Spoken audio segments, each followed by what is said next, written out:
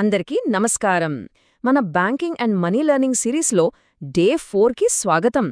అమ్మో, లోన్లు, క్రెడిట్ కార్డులు, ఈఎంఐలు ఈ పదాలు వినగానే మనసులో ఏదో తెలియని కంగారు మొదలవుతుందా?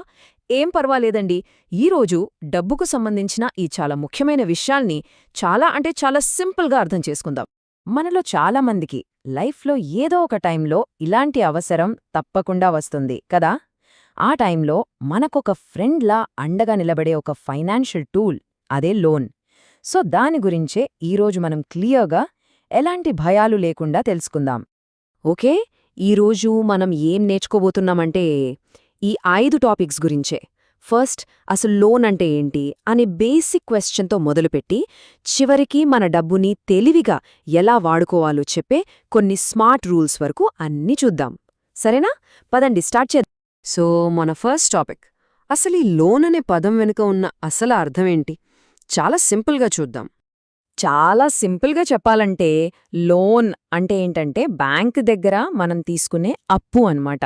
మనం ఆ డబ్బు వాడుకుంటున్నాం కదా, దానికి బదులుగా బ్యాంకుకి కొంచెం ఎక్స్ట్రా అమౌంట్ ఇస్తాం. ఆ ఎక్స్ట్రా అమౌంట్నే మనం వడ్డీ లేదా ఇంట్రెస్ట్ అంటాం. ఇదెలా ఉంటుందంటే మనం ఒక ఇల్లు అద్దెకు తీసుకుంటే రెంట్ కడతాం కదా, అచ్చం అలాగే. ఈ వడ్డీనే బ్యాంకుకొచ్చే లాభం. మీరు ఏ లోన్ తీసుకున్నా సరే అందులో ఈ 5 కామన్గా ఉంటాయి. మొదటిది ప్రిన్సిపల్, అంటే మనం అప్పుగా తీసుకున్న అసలమౌంట్. ఆ తర్వాత వడ్డీ రేటు, అంటే మన దగ్గర బ్యాంక్ తీసుకునే ఛార్జ్.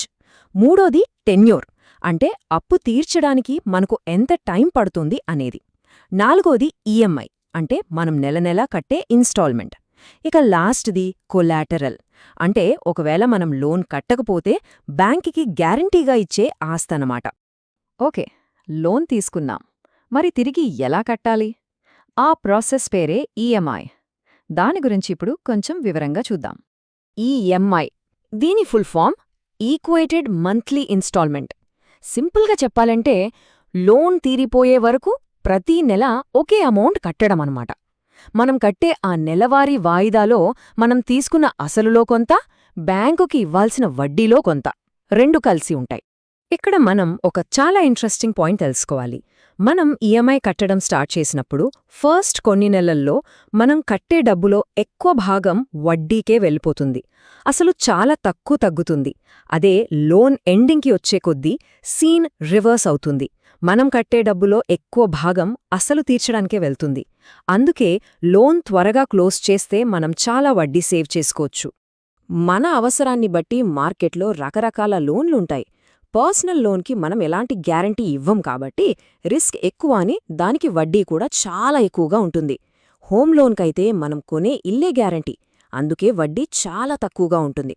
ఇక ఎడ్యుకేషన్ లోన్ అనేది మన ఫ్యూచర్ మీద ఇన్వెస్ట్మెంట్ లాంటిది.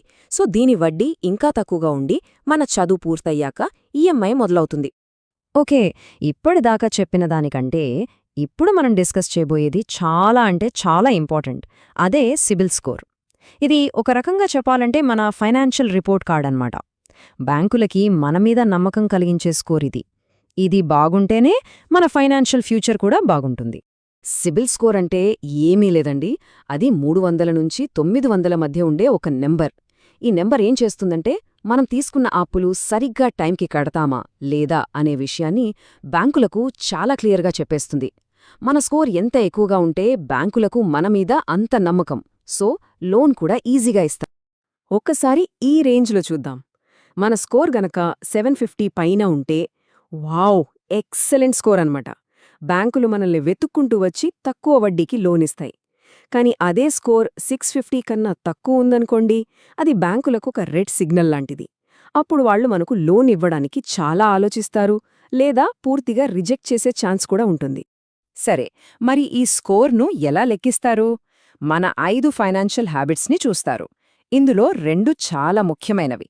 మొదటిది మన పేమెంట్ హిస్టరీ, అంటే మనం మన ఈఎంఐలు, బిల్లులు టైంకి కడుతున్నామా లేదా అనేది. దీనికే 35% వెయిటేజ్. రెండవది మన క్రెడిట్ కార్డులో ఇచ్చిన లిమిట్లో ఎంత వాడుతున్నామనేది. ఈ 2 మన స్కోర్ని ఎక్కువగా డిసైడ్ చేస్తాయి. మిగతావి కూడా ముఖ్యమే, కానీ ఈ 2 మేజర్ రోల్ ప్లే చేస్తాయి. ఇదొక గోల్డెన్ రూల్, బాగా గుర్తుపెట్టుకోండి. మీ క్రెడిట్ కార్డ్ లిమిట్ 1,00,000 రూపాయలు అనుకుందాం. ఎట్టి పరిస్థితుల్లోనూ అందులో 30,000 కంటే ఎక్కువ వాడొద్దు.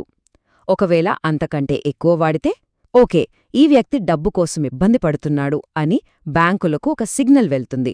అది మన స్కోర్ని వెంటనే తగ్గించేస్తుంది.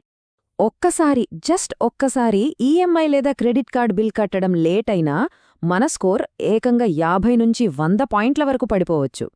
అంతకంటే షాకింగ్ విషయమేంటంటే, మనం చేసిన ఆ ఒక్క చిన్న తప్పు మన రికార్డ్లో దాదాపు 7 సంవత్సరాల పాటు కనిపిస్తూనే ఉంటుంది. అందుకే పేమెంట్ల విషయంలో అస్సలు నిర్లక్ష్యంగా ఉండకూడదు. సరే, ఇప్పటివరకు మనం లోన్లు, సిబిల్ గురించి చూసాం. ఇప్పుడు మన కంటికి కనబడకుండా సైలెంట్గా మన డబ్బు విలువను తగ్గించేసే ఒక శక్తి గురించి తెలుసుకుందాం. అదే ద్రవ్యోల్బణం, ఇంగ్లీష్లో ఇన్ఫ్లేషన్ అంటాం. ఇది అర్థం చేసుకుంటేనే మన డబ్బును మనం సరిగ్గా కాపాడుకోగలం. చాలా సింపుల్గా చెప్పాలంటే, ద్రవ్యోల్బణం అంటే ధరలు పెరగడం. ఈరోజు 100 రూపాయలతో మనం ఏవైతే కొంటామో అవే వస్తువుల్ని వచ్చే సంవత్సరం కొనాలంటే 100 రూపాయలు సరిపోవు. అంటే టైం గడిచే కొద్దీ మన డబ్బు పవర్ తగ్గిపోతూ ఉంటుంది అన్నమాట.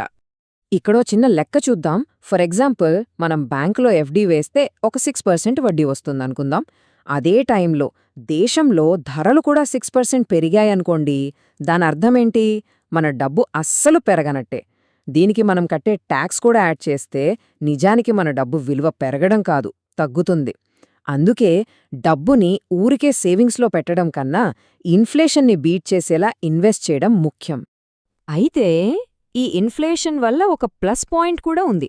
ముఖ్యంగా హోమ్ లోన్ లాంటి లాంగ్ టర్మ్ లోన్లు తీసుకున్న వాళ్లకి ఇది బాగా హెల్ప్ అవుతుంది. ఆలోచించండి, 20 ఏళ్ల క్రితం 5,000 రూపాయల ఈఎంఐ అంటే చాలా పెద్ద అమౌంట్.